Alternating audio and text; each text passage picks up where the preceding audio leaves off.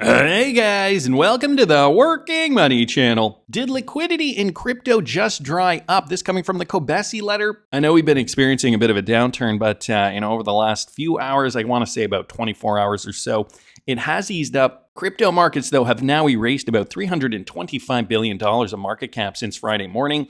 At 5 o'clock p.m. Eastern Standard Time, crypto lost $100 billion in 1 hour without any major headlines. So we have been talking a little bit about this. I'm going to link this tweet thread in the description if you guys are interested in reading more about this. I know we covered the Bybit hack. Obviously, that had probably a little bit to do with it. All markets, though, are tumbling at the moment. So guys, this is a broader picture event. It is not just relegated to crypto only, so I want you guys to be mindful of that as well. As you can see, though, fear and greed now down to 26. We have not seen it this low for a while. Bitcoin dominance still at 60. So as we're seeing Bitcoin losing steam and dropping in price, the altcoins are losing even more, and that's why Bitcoin dominance is holding relatively stable. Market cap is down another 2.6% today, and volume's down about 2.9%. As you guys can see in the last 24 hours, Bitcoin down 4%, Ethereum's down 1.2%. We've got XRP down 1.4. So by and large, the last 24 hours have not been as bad as we have seen over the last 72 hours. You guys can see some of these altcoins have been gaining. So that is positive news, I guess. I guess we're really just kind of settling down at the moment. This is the XRP chart on the daily. And as you guys can see, yesterday we did see a big wick down for XRP. Buying pressure. Here, let me get this. Right in there. So buying pressure did surpass selling pressure yesterday, and that is why we did see that big wick. So that is looking like that reversal candlestick. You guys can see it down here too. The volume is up and comparable to the day before's selling pressure. So today, what's going to happen? I mean, right now we're in the red for today, but guys, that could change at any moment. So this is the XRP chart on the 1 hour. It's actually looking quite good. We are seeing what is looking like this inverted head and shoulders pattern. And so at this particular time, we need to get up now above this neckline. And hopefully we can do that. That would confirm bullish momentum to the upside. But guys, this is a broader market structure. So don't be too concerned about these small moves on charts. You should really be zooming out. This is the Bitcoin chart. Going to take it off the 1 hour and throw this on the daily. Over the last couple of days, Bitcoin has been going down in price as well. And as you guys can see today, hopefully we see a little bit more momentum to the upside for Bitcoin. Currently, one Bitcoin is now under $90,000 per coin, guys. It's sitting at $88,700. Looks like a lot of buyers were buying up in the high 80s. And so now we're just kind of stalled at that price point. Currently, the Bitcoin chart, if you guys take a look here, we were looking at this level of support. Bitcoin did, in fact, break down below that level. And I was saying, oh, this is crucial. This is crucial. What I did not catch yesterday when I did say that, though, and I guess I should have really done a better job at showing you guys this. Bitcoin's still only down 18%, guys. So routinely, and I've talked about this, I know I've talked about this in the past, so sometimes I feel like I'm beating a dead horse, but routinely in former bull runs, we have seen downward trends of 30% and more. That was 2020 or 2021. Let's take a look at 2017 in the past. We have seen Bitcoin retracements here, and I'm just picking random ones. That's down 38.5%. So, being down not even 20% at this moment. The full move brought us down about 21.4%. Currently, though, we're trading down only about 18.8%. This, to me, is like any other correction as we're moving up. And yes, I do still think we should be bullish. Same with Raoul Pal. He's saying, you guys all need to learn patience. This was 2017, very similar macro structure. He's saying, 28% pullbacks, very normal. Most of those lasted 2 to 3 months before a new high.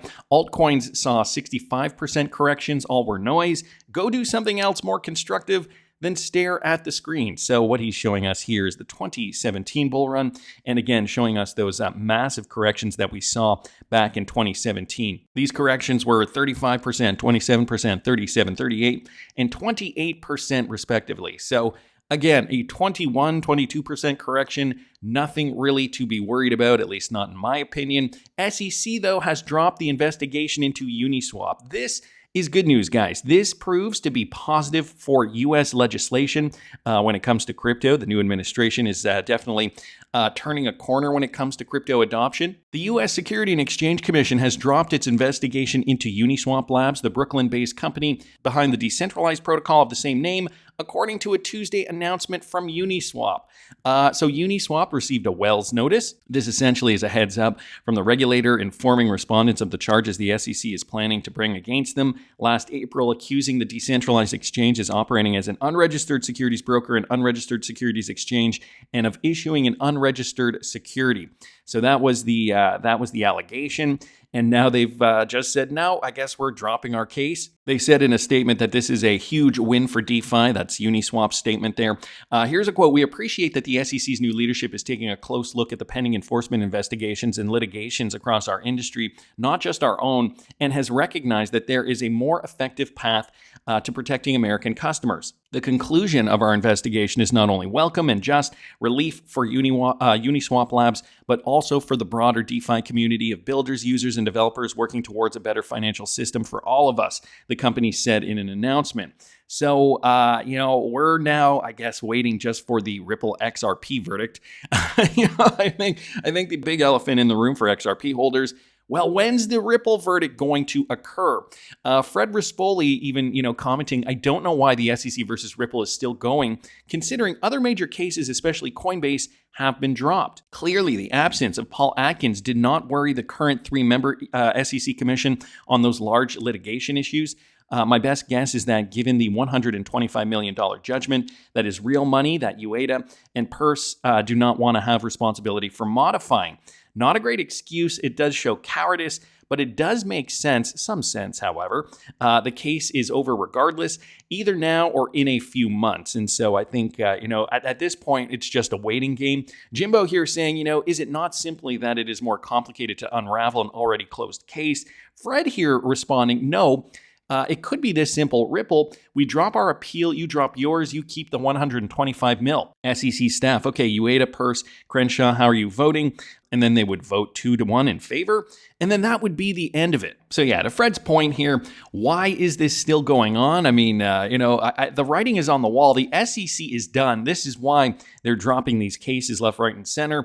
Maybe they just want to stick it to us one last time, be that thorn in our side for a little bit longer before they finally do drop it. The XRP community is going to rejoice when that occurs. Nevertheless, wanted to thank Fred Rispoli and Raul Pal, and of course the Cobesi letter there for posting those. It's not just the SEC either. Mainstream media now is presenting all the problems crypto solves as we speak. So even though they're not spelling it out in black and white, they are commenting on how Doge, Elon Musk, and Donald Trump are now effectively cutting costs, finding the waste with their Doge program. And it's funny, as they're describing this on Fox News, listen to how they phrase some of these topics. This one courtesy of Not Financial Advice. Listen to this. $4.7 trillion, essentially untraceable. They never said what account it was going to or where it came from. It goes to show you how antiquated and how stupid the bookkeeping is. The archaic American system with payments and stuff like that needs to have a bright light shined on it. What? They didn't actually go and look to see where the money was going? Not only is there waste and fraud, but they're using 1940s technology for the Social Security. Can you even call it technology at that point? No, if it's not technology at all. We're also going to Fort Knox. We want to see if the gold is still there. Do you think it's not there? I don't know. He says that he wants an open accounting of these local budgets. He basically is saying, where's the money going? Fair question. And that's exactly what President Trump and Doge are doing. So there you guys have it. I mean, all those things that they were mentioning on Fox News there, holding the government accountable, the transparency, all this can be solved with DLT technology, blockchain technology. And yet we don't have the rules to implement it, at least not yet. Not Financial Advice does a great job on these videos, so I do suggest you follow him over there on his platforms. Great news for us, guys, because we are seeing the light at the end of the tunnel. Remember, we are early to this. Even the CEO of Binance has said we're only about probably around 7 to 8% in terms of global crypto adoption. The potential there that we're still leaving on the table about 82 or 83%. But the thing is, this is going to happen very, very fast. It's it's definitely on track to be quicker than, let's say, internet adoption was in the 90s. Listen to this. It is a huge growth. We are seeing a lot of different institutions, be in terms of foundations, endowments, family offices, institutions that just used to trade commodities, FX, now adding a crypto desk in terms of trading. So that resulted in the narrative of what's happening. Of course, towards the end of the year, you have a pro-crypto president elected in the States, and that has changed the narrative greatly, right? Including discussion of a U.S. strategic Bitcoin reserve last year. So last year has been phenomenal, and I think that momentum will carry on into this year.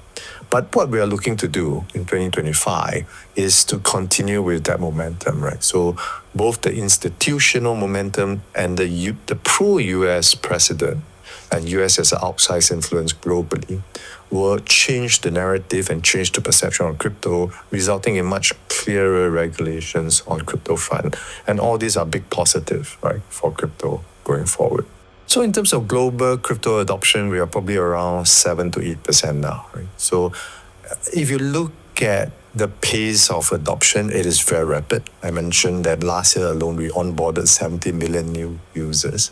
And you can see the interest level is very high. So the interest level is high. I mean, trading crypto in a spec market is one thing, but the real world adoption, that's really what, that's where we're going to see the real price discovery down the road. For more information on what I'm holding, what I'm keeping, what I'm selling, and my up-to-date plan.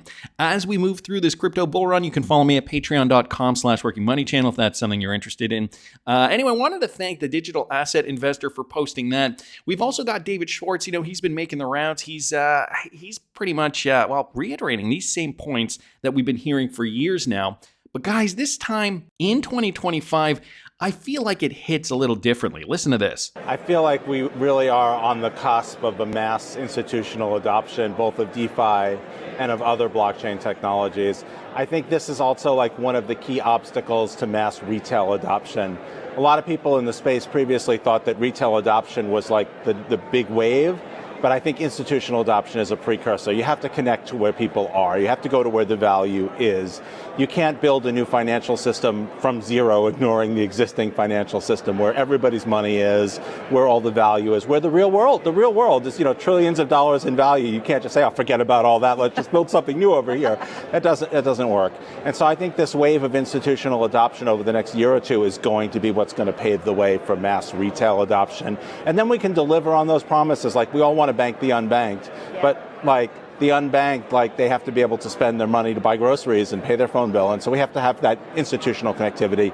And I don't think there are any obstacles. I think that's and I think this conference shows that. So it's interesting, as a developer and as I guess being part of the Ripple company for quite a while, David Schwartz is realizing, you do kind of need the institutional adoption before you can help retail. Whereas, in the past we kind of thought, why does it have to be that way? Why can't Ripple just kind of go in, help retail automatically? Why can't Ripple just go in and be the first to help retail? Well, there's a lot of regulation in place. The banking industry definitely is a huge roadblock, but now we're getting them on board, so that is all positive news. 2025, the year of adoption. Wanted to thank XRP Avengers for posting that. And another comment here from David Schwartz. It's here, Ripple's roadmap for institutional DeFi on the XRP ledger in 2025. So he said it here, 2025 is the year. As roadmaps go, I personally think this one is pretty great, outlining a clear direction with use cases and features available and to be proposed of what Ripple will be focused on contributing to the XRP ledger this year. RippleX did just put out this statement here. For institutional DeFi to scale, it needs compliance-ready interoperability infrastructure. So what they focus on, AMM trading and on-chain price oracles, tokenized real-world assets. Guys, this is a big one. Decentralized identity for secure transactions. So also the security on the XRP ledger, that's going to be very important as well. Institutional adoption of blockchain-powered finance has accelerated in the past year with tokenized real-world assets, stablecoins, and decentralized liquid markets as major drivers of growth. Yet, for this transformation to scale, financial institutions need a robust, compliance-focused, and interoperable blockchain infrastructure, one that can support digital assets, seamless cross-border transactions, and institutional-grade decentralized finance. So that is DeFi. And, we're getting it. We're moving slowly but surely. This is why Ripple did partner with or buy, for example, companies like Medico, transforming them and rebranding them into Ripple Custody for their institutional clients. What's live on the XRP ledger and what's expanding? Okay, the XRPL has made significant strides in enhancing liquidity, improved price transparency, and introducing new compliance tools to better cater to the needs of institutions. While this blog highlights several of those newest features live on the XRP ledger, they build upon core functionalities that have been supporting financial use cases for over a decade. The move towards a more automated and integrated system within the XRPL's native decentralized exchange is designed to facilitate greater institutional participation by ensuring constant liquidity and minimal slippage. And then they give more examples of that. They talk about the order book, decentralized exchange extension, the automated market makers, also the DID, so that is for security, to provide secure transactions, obviously the privacy preserving KYC and AML requirements, permissioned finance and access control, and institutional onboarding. These are all important aspects of the technology that the institutional players need to have in place before they hop on board.